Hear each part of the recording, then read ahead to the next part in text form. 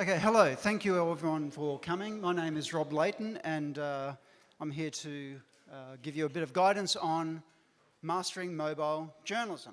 So it's great to see so many people in the room here, because I do believe that mobile journalism has become an essential skill for journalists, not just journalists, but anyone in communications. But I've been doing this I've been researching, practicing and teaching mobile journalism for about 10 years. So hopefully I'll give you some insights today. But even though we're looking at mobile journalism and video storytelling, I was not a broadcast journalist. So my career started 40 years ago in print. So I spent 30 years in print, moving into production after working as a reporter. So everything that I'm going to show you, I really had to learn myself, mostly by asking broadcast journalists and really pestering broadcast journalists, what does this mean? How do you do that? So, and how to pull that into a mobile format. Because we know that using smartphones, whether it is an iPhone or a Samsung or an Oppo, whatever, we can tell stories very effectively. Smartphones achieved broadcast parity a long time ago. So there are people around the world who've been doing this professionally since iPhone 6, iPhone 5, so we're going back over 10 years for national broadcasters using their phones. So I'll step you through some of the things that we're going to do today. Firstly, I'll give you some oversight of essential gear, what you really need to use your phone effectively.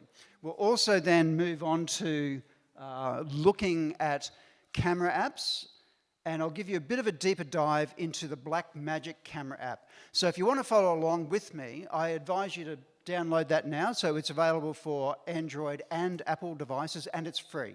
It is by far the top tier camera app in the world. You won't find anything else available as good as the Blackmagic Camera App. Blackmagic makes cinema cameras. They're a high-end production and video specialist, and they released this, and it is really well worth using if you want to take your videography with your phone to the next level. I'll give you a look at some mobile editors. So, of course, we can edit on phones using mobile editing apps. I'll give you a look at some of those. I prefer to use my iPad. I find the phone is a little bit small for that. So we'll touch that. And then that should wrap us up. All right, so moving straight into it. So I've got quite a bit to show you today.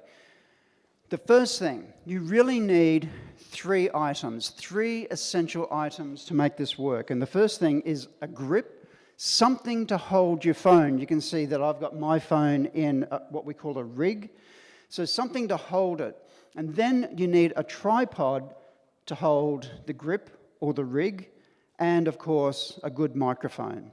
Now that is essential. Something that I teach journalism, so I now am an educator, and I insist my students, you must use a microphone, otherwise they get marked down, because as we know, half of video is audio, so audio is really important. People will tolerate dicey video, but they won't tolerate bad audio, so audio is very, very essential. So that first one, grip or rigs and cages, here are some options for you. Things like the universal Beast grip up the top, where it will take any model phone, or the one that I'm using here is a Moment cage, a Moment super cage. It's a rig, but you can also have dedicated cages. They're specific for phones, and this is what I used to use for all my work, my documentaries. But I moved away from that into something that's a bit more universal. So cages are great. They're compact, they're light, but they're specific. So if you change your phone, you have to change the cage, and that's a little bit of a setback. But really, to get started, you don't need this level. You can just start with something like a basic grip that has a cold shoe on the top that will take a microphone. That's enough. And this is what I use with my students to get them going. It's just a grip so they can hold it, have a mic, and that's all you need. All right, so this is a bit of an overview of what to hold your phone with. Next, you need a tripod. Now, I use a Peak Design. I was lucky I backed this on Kickstarter when they were quite affordable. This model's now quite expensive. but a good tripod is for life. You have a look at mine, you'll see it's very bad. It has been in some pretty rough conditions, and it still goes. A good tripod is for life, and ideally, for journalists, we want a tripod that gets close to eye level, because of course, as you would know, when we're doing interviews, we want our camera to be at eye level.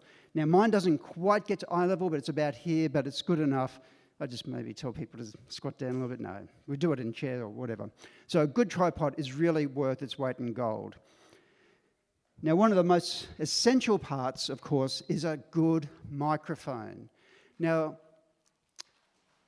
the lucky or the fortunate thing about mobile journalism is you guys coming into this now are at the best time for mobile journalism. There's such a market.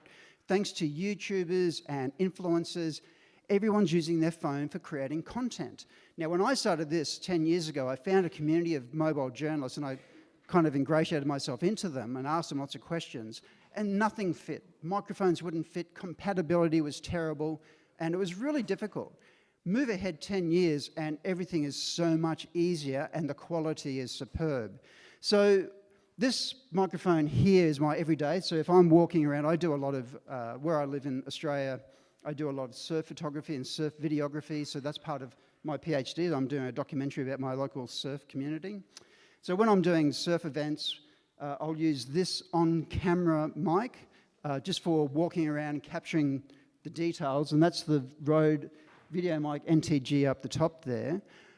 But if you were wanting to just start out, something like this Video Micro is a good starting point. It's very affordable, not huge range, but for interviews it's good because it's more directional. So if you're talking to someone and you want to get good audio, this is a good starting point. However, I would suggest you'd invest in something that is going to really give you good audio. And that's something like the Rode Wireless Pros up the top, or the DJI Mic 2. Wireless Pros are what I've always used, so you can clip them on, you can attach them to your phone, and there are no cords. It's just a wireless connection, and that connection can go for almost 1 kilometre. It's very, very directional and very strong signal over that distance. Unfortunately, my Wireless Pros were stolen a week ago, so that was a bit of a blow. So I grabbed some from our uni loan store. These are the DJIs. And I have to say, when we got these at work at the university, this is all I use now. These DJI Mic 2s are absolutely superb. So they have a receiver, which just sticks into your phone, and they have a couple of transmitters. Now, you'll probably see this a lot on YouTube. YouTubers use them. They're probably the most popular microphone in the world, and they'll give you very good broadcast quality audio. So that would be my advice. And of course, some good headphones. One of the advantages of the DJIs that I really like, over the road, for example, is that it has capacity for putting headphones in, because, you know, we need to monitor what we're recording. Now, one thing to be mindful of, though, is when you plug the headphones into the DJIs, you're monitoring through the microphone, not through the camera. With the Rode, there's a way of monitoring through the camera, so that's what you're actually recording. So that's just something to be mindful of. But, yeah, good headphones, good microphone, essential. Now, just one quick word, though. Of course, AI is catching up and permeating our lives, and we are seeing AI-enhanced audio a lot. Adobe is really at the forefront of this, but Apple is catching up as well with their technology. And so we see something like spatial audio, audio mixes in the latest Pro iPhones, for example, where you can make it sound like a studio. You can go out in the street here, record something, change that, and it gets rid of all the background noise. That's for another workshop for another day. But just be aware that there is a lot happening in audio cleanup. Adobe Podcast, you can run your videos through that and it'll clean it up as well. We'll talk about that another time. Okay, moving on. So we've got so many camera apps available on Google Play and the App Store, but really, if you're just starting out in this, I would recommend that you start with the native camera app. If you're not so sure about frame rates and you're not so sure about shutter speeds or white balance or any of these other things, start with the native camera. That's all you need to really get going. If you want to step up a little bit, something like Apple's Final Cut Camera app is free, and that's quite good. It'll give you some basic control over frame rates and other features. But if you really want to have the most control over the images that you're recording, download and use the Blackmagic app. Now, this is something I insist on my journalism students using. Some of them find it a little bit of a steep learning curve. Some prefer just to stay with the native app. If that works for you, that's great. But I am now going to jump in and give you an overview of how to use Blackmagic. So I'm also doing a bit of work with Blackmagic, and they're working quite closely with Apple. So if you want, you can follow along, and I'll give you a basic overview of how you should set up the Blackmagic app to get the most universal, widely accepted videos.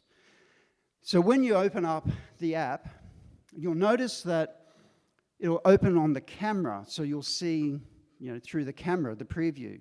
But on the right-hand side, we've got camera, then the media library, which we'll look at in a minute. With the chat, you don't need to worry about that. That's for Blackmagic accounts. And at the bottom, tap on Settings, and this is where you can configure the app to what you need. Now, the three things that you probably need to start with are codec, resolution, and color space. And I'll just show you the basic settings and explain what those mean now. But of course, you need to check with the destination. If you're working for a broadcaster, ask them, what do they need? Or if it's for YouTube, check what that destination is before you move on. Okay, but the basic settings should be the codec, which is the coding, decoding, H.264, that's the most universally accepted codec in the world. Resolution, HD, that's probably heard of 1080p or 1080, that's standard. And a color space of what we call Rec. 709 is the most widely accepted color space. Those three settings and your video should be accepted by anyone. Now let's break it down a bit more. So under settings, you hit on record, and the first one you can tap on is the codec. Now you can see mine, I've got a couple of different codecs here, including Apple ProRes, that's a high-end codec. You probably don't need that unless you want high-end quality if you're making documentaries. Just choose H.264, and then you have the option of the bit rate. Now the bit rate is how much information. So the codec codes and decodes the video information, and then how much information you put into it is the bit rate. So I would say put that at max so you get a good quality image. While we're in the recording, you can then go back to resolution. You've got the choice with my phone. I've got 4K, HD, 1080, and 720 if you only want a low resolution. But HD is enough, so put that onto your resolution, and Rec. 709. There are a whole bunch of different color spaces. What that means is the world is filled with color, but cameras can only see this much, that much, or this much color. Where do you want it to be? So Rec. 709, again, the most universal one. Now, setting up an external microphone is really important. So if you use the native camera app on your phone, it will pick it up automatically. What should pick up automatically. But you don't always know whether it's working or not until you have playback. That's one of the problems with having the native camera. You can't see that it's connected to a microphone so much, so it's maybe a little bit hit and miss. Here, we can go in and set what we want and which microphone we want to use. And the basic settings here, we should have, if you're putting this on your Blackmagic, have it as linear PCM, that's the highest quality. Stereo, we want both channels working, of course. And the sample rate is that industry standard. With the Blackmagic Camera app, make sure that you tap on headphone audio, otherwise you may have a problem in the field. You've got your headphones in, but you can't hear anything. And this bamboozled me because my last app didn't have this function. So you have to turn that on, and then you'll hear the audio coming through your headphones as well as the camera. Now, while you're in audio, it's a good idea to always just check. When you plug in an external mic, it should automatically swap to that. When they first brought this app out, it didn't. So you had to go in manually and configure it to the microphone that you've just put in. So I was giving feedback with Blackmagic. I said, this is something that you need, because otherwise, people using it, journalists, are not going to be aware that they're just using the internal mic instead of their external. But it's good practice just to make sure that it is connected. So you'll be able to see the mics that are listed or connected, and that should be fine. So once you've done that, we'll then go into the interface. This is the interface of Blackmagic, and tap on the levels, and that will bring up the levels, and you can adjust the slider to wherever you need it. Of course, if you're doing an interview, you're asking them to just give their names and doing an audio test, and watch where those peaks are, and you can slide it up and down on the interface here. Okay, next thing you need to set up is where do you want your media to be stored? So before you start recording, do you want it to go into the internal storage of the phone, into the app storage, into an external drive? So that's where you come down, tap on media, and you can make that choice. Save clips to, I always put mine just into the app only. So I keep everything in Blackmagic's library. You can have the choice of in-app and your photo library on your phone, but then you're doubling up. And so you're going to have that in two places, and it's going to increase your storage by 100%. Or if you have a phone that is able to connect to an external drive, like my 16 Pro, or a Samsung or some other phone, then you can have it directly into an external drive. And this is what I've got on the front of my rig here. I can put a drive on there and plug it in. So that's another option, of having it go, in case you don't have enough storage on your phone, you put a drive on and have it record directly to that drive. Okay, so very quickly, just an overview of the interface itself. You're almost ready to start recording, but now you need to determine what frame rate do you want to record at. Now, phones, you can adjust frame rates, finally. They never were able to do this. So ideally, you want to adjust the frame rate, and again, you need to talk to your broadcaster or whoever your destination is.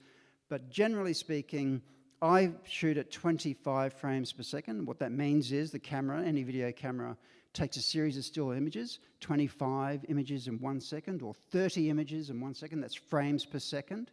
And so I use 25 frames because, like most of the world, we're on 50 hertz electricity cycle for one reason. So if you ever use your phone, you see that the lights when you're recording are flashing. It's because your phone frame rate is out of sync with the electricity cycle. In Australia, we have 50 hertz cycle. In the US and I think Canada, it's 60. That's why iPhones were always 30 frames per second. So generally, if you live somewhere where it's a 60 hertz cycle, your frame rate should be 30. Or if it's 50, like here, Europe, Great Britain, it'll be 25. Like the native app, we need to focus and set exposure. My advice getting started here is just to do it automatically. Let the app work it out itself, and like you with the native app, you can tap and hold the screen. That will lock the exposure, lock the focus. Now, this is just standard for any app. If you're recording, always tap, hold, and lock, because if you go from an area of bright into an area of dark, you don't want that exposure changing. You want it to be consistent, and you can also keep that focus consistent as well. So this works the same way.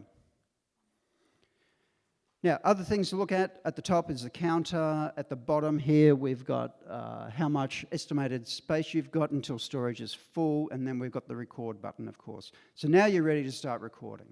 Start recording, and you can then access from your media library and start sharing with your mobile editor.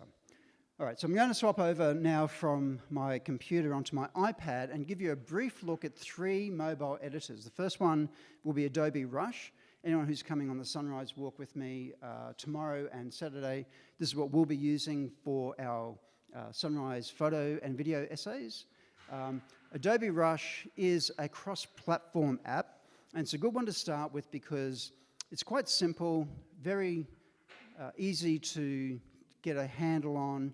It's a little bit clunky. It's got some things that maybe could be improved, but it's a good universal app. So I'll give you a look at that. Then I'll show you an app called Luma Fusion. Now, Luma is a is a mobile dedicated app. So they really started only with mobile. They expanded to iPad.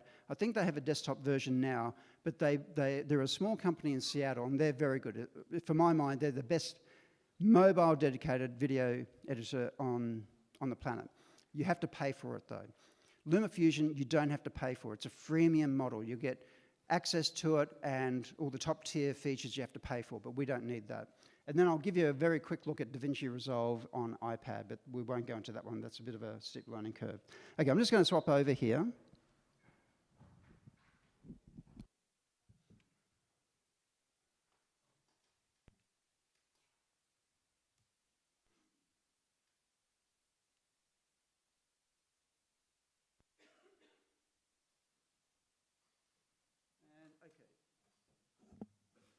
So just looking quickly, is this mic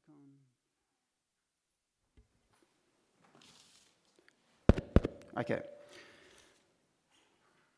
So Adobe Rush, like most editors, once you get a handle on one of these mobile editors, you'll find that they're all very, very similar. So I've just brought in a couple of clips onto the main timeline. So this is what we call the timeline, where I can toggle through and move my clips. I've already brought these in.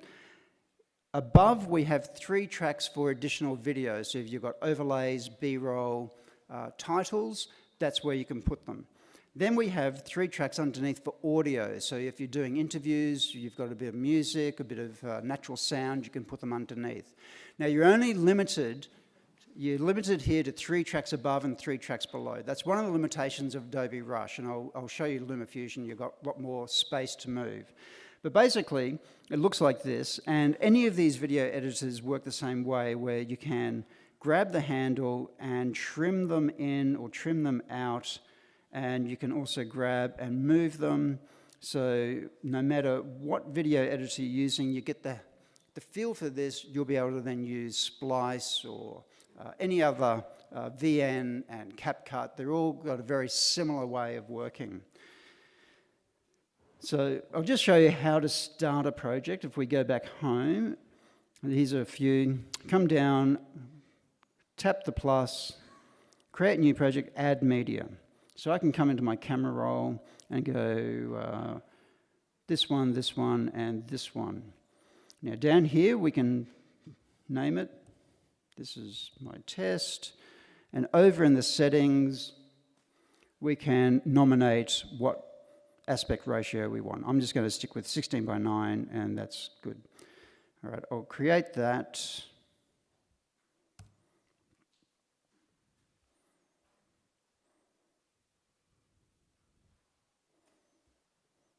And that brings it in. Now here we've got our tools. We can duplicate, trash, and this one is for expanding the audio. Now this is really handy if you need to see that waveform. You know, it's quite often very nice to see the waveform, and here we've got then our tracks. So toggle that on and off for going through our tracks. Now if I need to put in graphics, we can come up on the right side, and there are more tools up here. I can click on this and add graphics. We can put in titles. There are our transitions. We can put in a cross dissolve, maybe. I'll tap on that, put in a cross dissolve. I'm just dragging that down, and so on. We can do some basic color corrections with built-in presets, change the speed, and work on audio. Now, one thing I do like about this app that I use with my students, if we have music underneath, so if I were to put a music track, for example, I'll come over and add. If I want to add more content, I'll go down to audio, and I'll just grab something at random from, I've got no internet, so it's not going to, but we can put in some audio on the track down here. And one of the things I like about this app is, no, it's not going to allow me, I don't have any audio, but we can do auto ducking. What that means is if we're doing an interview and we've got some music underneath, turn on auto ducking and will automatically uses AI to recognize that a person is talking, so you can nominate that this track is voice, or this track is music, or this track is ambient, and it will automatically recognize when someone talks and duck for you.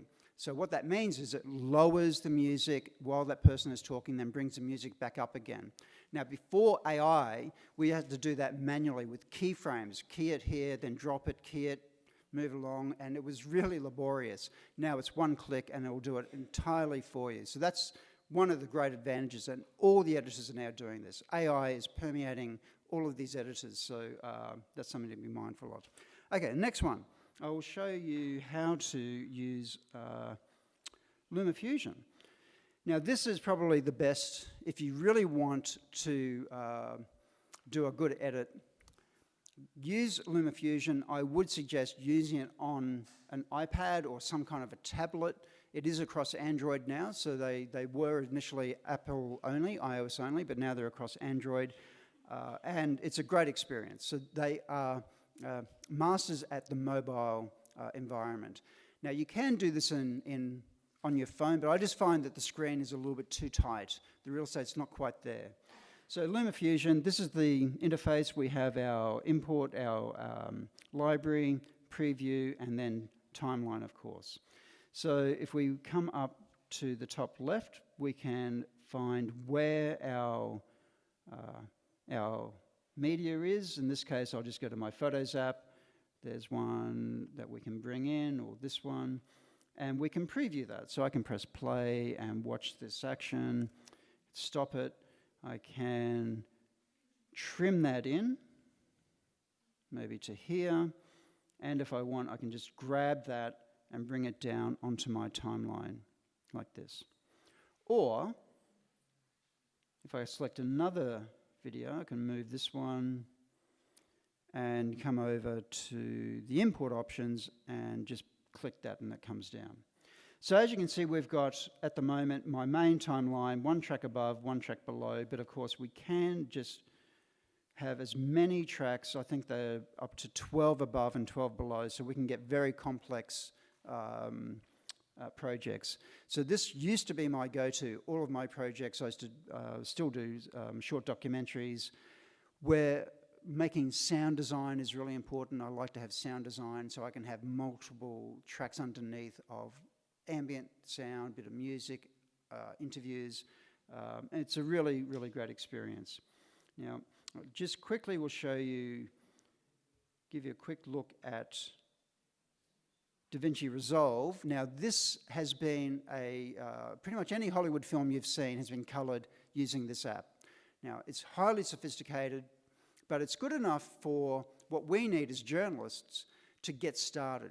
Now, one of the things that really got me confused about DaVinci Resolve is they have these things called pages, and that's the little icons down the bottom where we've got the media page, the cut page, and the edit page. And this is a little bit confusing. All you need to know, if you wanted to put this onto your iPad, you only need the cut page. And that's where we can do very basic. This is the edit page where you can see I've got tracks, I've got audio, but if we come back to the cut, it's just a very simple interface. And for journalists, this is all you need. You need the cut page, and then you can deliver content. So again, we can hover over, we can grab, trim in, trim out, but the great power of Resolve, it's really a color management tool, firstly. But we don't need to go into that because the color management is a whole nother lesson. In fact, it's taken me years to become what I consider competent with this. So maybe don't worry about that. All right, just moving back to Luma. Once we've done our project and we've added our content, we've got everything ready to go. Of course, now you need to know, well, how are you going to export this? Ideally, you've already set up in the initial stages, you've told it to be a 25 frame per second. So the timeline is the same as your video that you're bringing in. You've got all those settings we did with the Blackmagic app are ready to go. Then we'll just come and export. So I'm going to export this as a movie, make it into maybe my photos, and this is where you can adjust. Now, if it came in as 1080p, then we should make our resolution 1080p. If we came in at 4K, which is this is 4K, we'll have it as 4K. So we can adjust how we want that to look. Video quality, audio quality, 48, I said before, 48 is an industry standard, we leave that. And the video quality, that's that bit depth that I told you about before. Now you can lower this or make this higher depending on where your output is. So if we want it to be really high, but that'll make the file size quite large. For broadcast, we probably don't need that much, or for the web, we don't need that much. So just quality or standard and the file format. Export that, and we're good to go. Now we can also, I'll just show you quickly how to do that with Rush. So when we're ready to export, we come up to Share. And the quality settings is a lot more simple. We can leave it at automatic, it's fine. You can see it's already at 1080. But I could say, well, let me do that myself. 1080 and match that frame rate. I want it to be the same frame rate that my clips are and my timeline are, and we'll export it like that. Export, and that will then create my video. And that's good enough for most. But like I say, if you're working for a broadcaster, you need to check with them. I know the BBC like to have all their frame rates at 50, not 25. So that's how they ingest most of their content. And okay, so once we've done that, we can move on. All right, any questions? Now I know that there is quite a lot there I covered in a short amount of time. Are there any questions from anyone? Yes, have we got a microphone?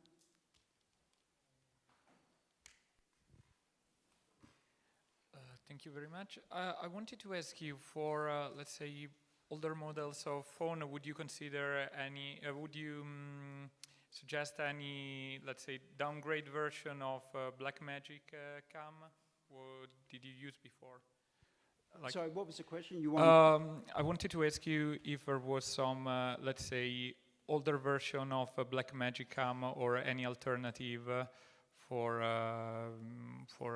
shooting and to just take videos. So the Blackmagic Camera App, you mean, or Blackmagic Cameras? Blackmagic Cameras? The app that I just showed you. No, not the editor. The actual physical cameras, Blackmagic cameras. Yeah. Look, I can't probably really comment on that. I'm not really across traditional cameras anymore, so my focus is really on just on mobile. But I'm sure that Blackmagic will always bring out new models, so I'm sure there are plenty of older models that you could find if that's what you were interested in. So I can't really comment on Blackmagic hardware, sorry. That's okay. Yes?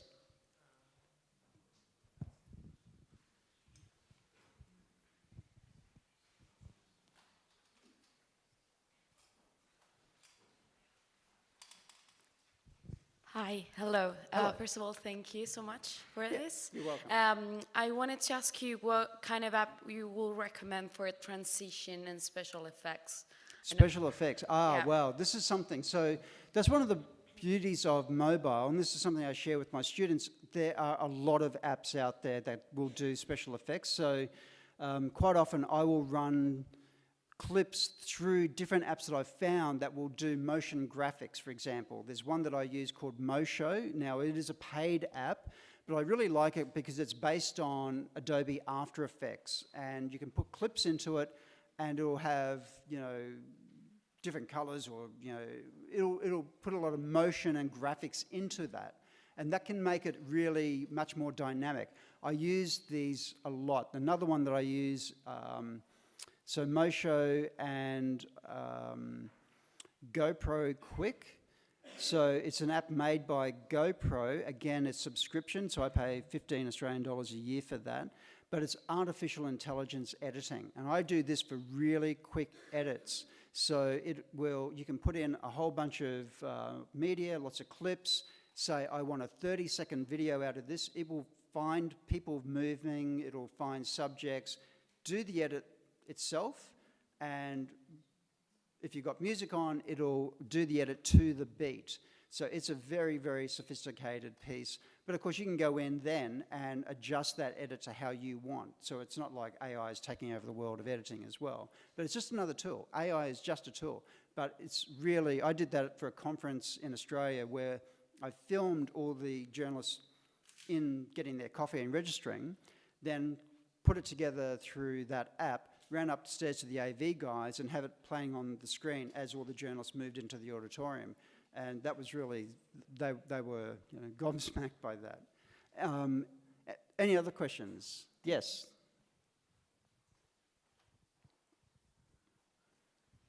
Yes, thank you so much. You're welcome. These tools are great. I know you work mostly for broadcast, right? You create for broadcast.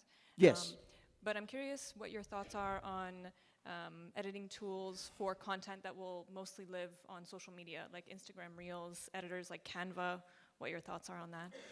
Well, one of the beauties of this is, as journalists, we need to repurpose our content across platforms.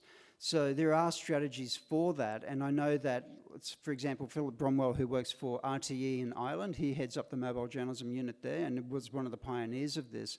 One of their strategies is, even though they film everything in landscape, they make sure that their subjects are in the middle of the frame, and that way they can then transition that into vertical for socials. And this is one of the advantages of something like Adobe Rush, and a lot of the other editors are going this way as well, where you can then transition and repurpose. Now, a feature in Rush that I do like, but it's a paid version, is it has motion tracking. So if you're following someone, or for example, I do my surfing and there's a lot of motion in there across landscape, it will it'll cut it to vertical, but follow that motion or follow that person so they're always in the middle of the frame. So for transitioning, that's a great tool. But yes, I think that we should always be mindful of how can I get the most out of this? How can I film and be efficient in my filming so that I can very quickly cut this for a social. Now, I know Dougal Shaw, who was former BBC, he told me that he would make up to 8 versions of one story and very quickly fall out of love with that story, or putting it across socials. He'd put it, make the broadcast version, then make one for Instagram, one for TikTok, and so yeah, it's part of our workflow. But we can definitely do it with mobile for sure. Up the back there.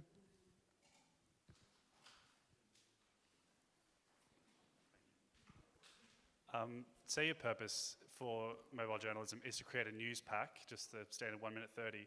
For microphones, what are your thoughts? What are your suggestions? Because obviously you want something for maybe NatSot, natural sound. You want interviews as well. It seems like different mics are suited for different things. What are your thoughts? So what is a good all-round microphone? Okay, that's a little bit like saying what's the best lens. So a lens that's long is good for long. A lens that's wide is good for wide. It's really, I think there should be 2 mics. So I have my video NTG just for walking around. If I were walking around now, capturing the ambience of the conference, I'd be getting natural sound and recording people with this. But if I were to sit down for an interview, I would be using something like the DJI. But the thing to be mindful of is the DJI, these wireless microphones, even though they're clip-on and they're wireless, they're omnidirectional. So if you've got someone who's really noisy here that's going to pick that up, or if there's someone really noisy behind you in a cafe, whereas these microphones are more directional and they won't pick up those side sounds quite as much. My advice is get both and use them. One other thing about these little wireless mics, whether it's the DJIs or the Rodes, you can get interview sticks and put them on top and put a wind guard over them if you're doing Vox. And you can walk around and do Vox with these microphones as you would normally for broadcast. So my advice, a wireless and a directional. Have those two and you're pretty much set. That's what I use. Yep. Hello, my name is Jan, and I'm doing the videos for Reels, and I'm always thinking about sounds, like if I should record it on myself, or there is some good database of sounds, like, I don't know, knocking on the door, or like these extra sounds in the video to make it more vivid, right? Yeah. And if you have some like tips for good databases that are free and licensed. Yeah. Okay, so again, for natural sound, something like this little video NTG is really good. I do a lot of natural sound. I was on a boat, I sailed a boat around Iceland about 2 years ago, and I recorded a lot of natural sound with that. And the Road Reporter app. This is a really good audio app. So all my natural sound I use with that. The Rode is a audio company. There is another Australian company like Blackmagic. Not that I'm biased, but they have high-end audio gear, and the Road Reporter app is free. So you can download that right now and use it for recording all of your audio, and it's very, very high-end, so you'll get very good quality out of that on your phone, as good as any dedicated audio recorder. Thank you. Yeah.